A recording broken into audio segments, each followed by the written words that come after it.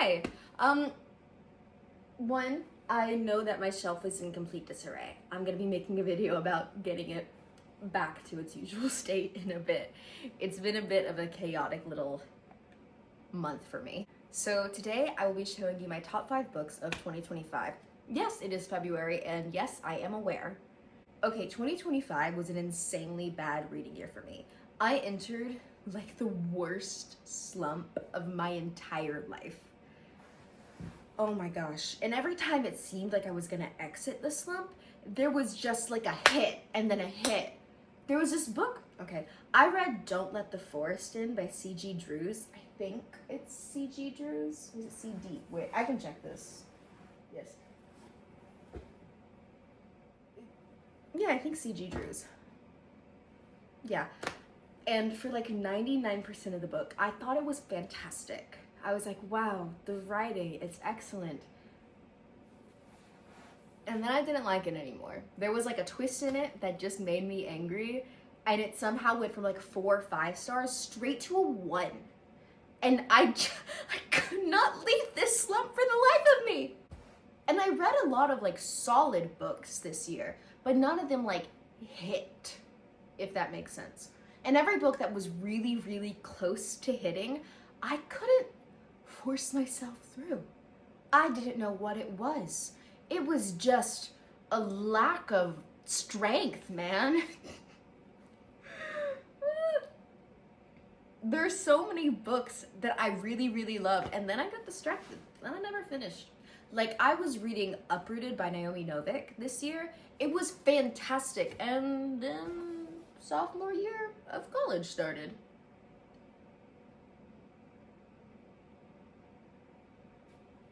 It's been like 6 months. But despite all of that, I still managed to get in some books that I really, really like. It was just sparse. I got about 10 books that I was a big fan of, but I wouldn't call like favorites. And I got 5 that will probably be in my memory for forever.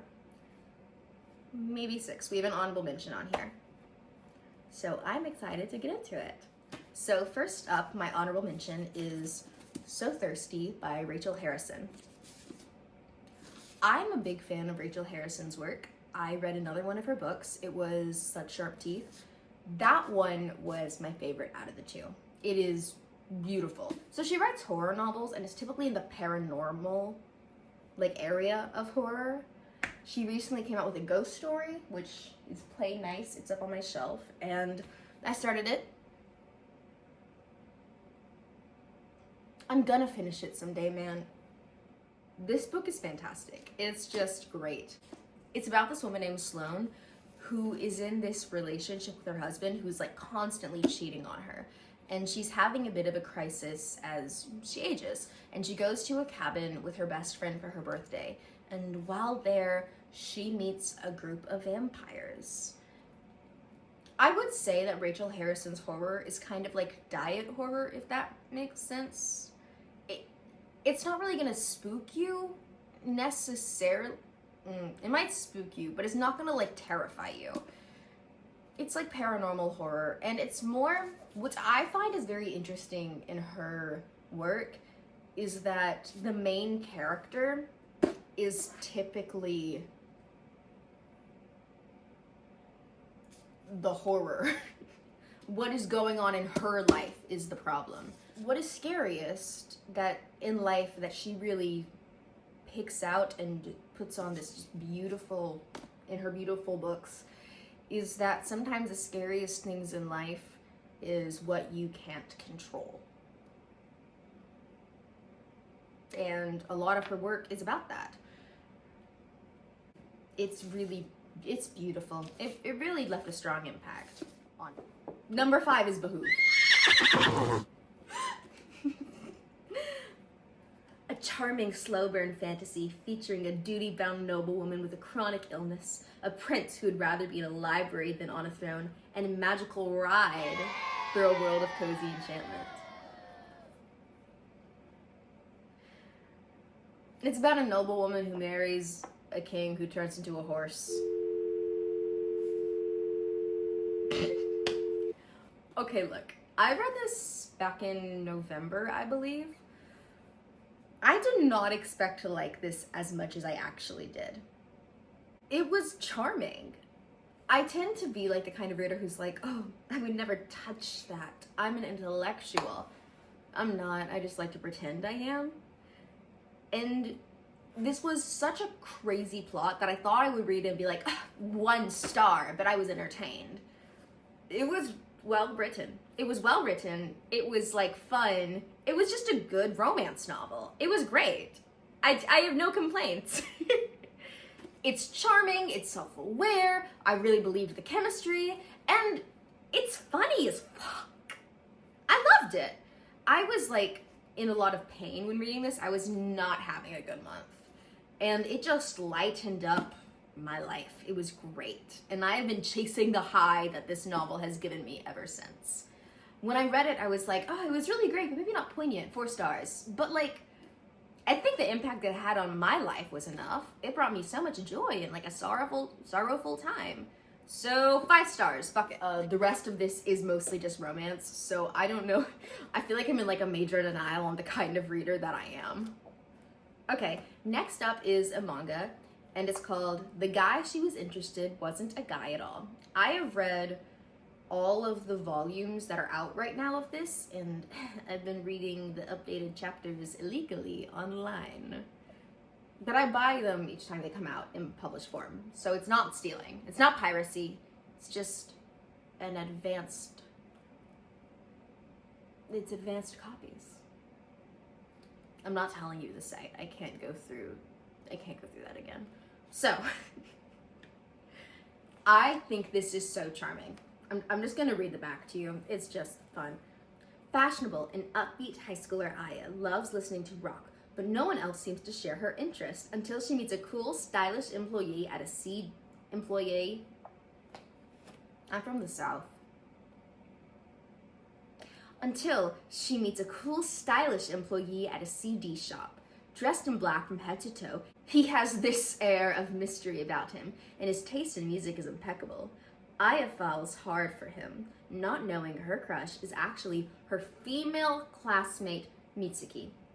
For her part, Mitsuki generally keeps to herself and avoids standing out at school, but given that she sits right next to Aya, Mitsuki is all too aware of the other girl's feelings. She's afraid to reveal the truth. So why does she find herself talking with Aya more and more? It's so good, and I also love the art in it. All of the illustrations like pop off the page, which is unusual for manga because it's always in black and white, and I love the use of the color green in this. It's just so gorgeous. It's beautiful, and it's just so cute. Oh my gosh. Okay, this one is a manhwa, and I read this online, and when the volume came out on a physical copy, I purchased it. I read it on a beautiful site. A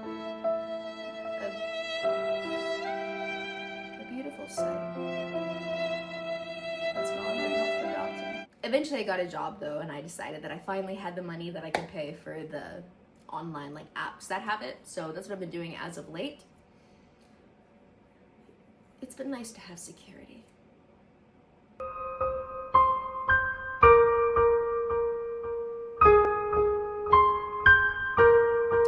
Okay, so I bought this copy very recently, and it is The Broken Ring, This Marriage Will Fail, Volume 1. It is so good. It is the most heartbreaking and beautiful story that I have nearly ever read. It's about this woman named Inez, and she is in this abusive marriage to the king of her country. And then she dies. And she is reborn back in time when she's younger, before she got married. And she realizes this is her chance to change her life. And she runs away with a painter. And they fall in love, and it's magical. And then they track her down and they kill her husband. and her child also dies. And then she dies. She goes back again to when she's much younger, and she chooses this man named Carcel to marry this time, before she was ever engaged to the crown prince, who was eventually the king. So, this story is about her dealing with the grief of her family and her past and trying to move on while trying to figure out how to stop this loop so that she can finally be happy. Her intention with Carcel is to divorce him someday because she believes he's the kind of person that he could do that, because in her past lives, he's never been faithful. But he is down bad for her and deeply in love with her. It is heartbreaking and tragic and just beautiful. And the art is gorgeous. Oh my goodness. It's so pretty. Like, look at that. It's so vivid. The colors are just magical. And Carcel's hot. What can I say? So is Inez. To be clear. Real hot. Real hot. They are very hot. Look at them. I just need to stare at them. Look at them. Look, stare at their eyes. I'm in love with both of them. Number 2 on my list is Emily Wilde's Map of the Otherlands. I read the first book back in 2024, and I got halfway through the third book in the series. I don't want to talk about it. This book, though, I was obsessed with. I was eating it up. I love Wendell and Emily. I think they're just so cute and romantic. Okay, the Emily Wilde series is about this woman named Emily Wilde who is a professor of fairies. And she is going on various expeditions and falling in love with Wendell, who is her academic rival and friend, who she strongly suspects is a fairy himself. This is the second book in the series where Emily is working on a map of the Otherlands, and Wendell and her have to go to the Austrian Alps for various reasons. And there is adventure and some romance, but it's a subplot, but romance. And it is just so, I would call it cozy, but it's still adventurous. At the very top of my list is A Dark and Drowning Tide by Alison Saft. Alison Saft is currently my favorite author. So is Ava Reid. They're my 2 favorites right now. And this was great, man. Okay. A sharp-tongued folklorist must pair up with her academic rival to solve their mentor's murder in this lush and enthralling sapphic fantasy romance from the New York Times best-selling author of A Far Wilder Magic. You might have noticed a pattern here, and it's that I like my fantasy in an academic environment. I'm a big fan of it. When it's something you can study and it's seen as like a scientific thing within the world, love that. Anyway, it's like a murder mystery, but it's also high fantasy and there's political intrigue in it.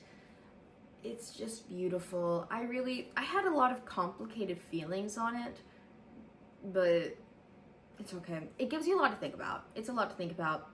And also, Lorelai's really hot. I can't keep saying that about every character. I hated nearly all of the side characters. I mean, purposefully. I love them though. I want to find some of my favorite quotes. They were too different. Sylvia would be cast in Lorelai's shadow, her brilliance dulled. She would tarnish like old silver at her very touch. Lorelai's chest felt painfully tight. This sharp stab of longing was a bittersweet and sorely needed reminder. She really had been blind if she had refused to acknowledge how beautiful Sylvia was before her now. The absolute was much closer than she'd ever believed. It was not in God, not in nature, it was right before her, close enough to touch, close enough to profane. Hello? The funniest part about this book was how obsessively in love with Sylvia Lorelai was the whole fucking time and had no idea. I was charmed, what can I say? Also, I really had trouble with the mystery. Like, okay, a lot of mystery novels you can go, I know who it is, bam! But this one, everyone genuinely had a really good motive to murder her. It was great, man. It was masterful storytelling, what can I say? It was also Allison Saft's first adult novel instead of YA, and I gotta say, I hope she keeps cranking these out. I would love her to transition fully to adult, because I gotta say, she said fuck in this, and I thought, if this book didn't have fuck in it, what? This book needed to have the word fuck in it. And quite frankly, thinking about it, most of our other books would be elevated by just a single fuck. One. Are you telling me you meet the leader of the enemy army and you fall in love with him, but you also find out awful, horrible things about her book, Down Comes the Night, and you don't say fuck once? Oh, come on. Let them curse, man. Allison Saft is better when her characters can curse. That's it. Hi, editing Parker here. Is my body okay? Okay, that was it.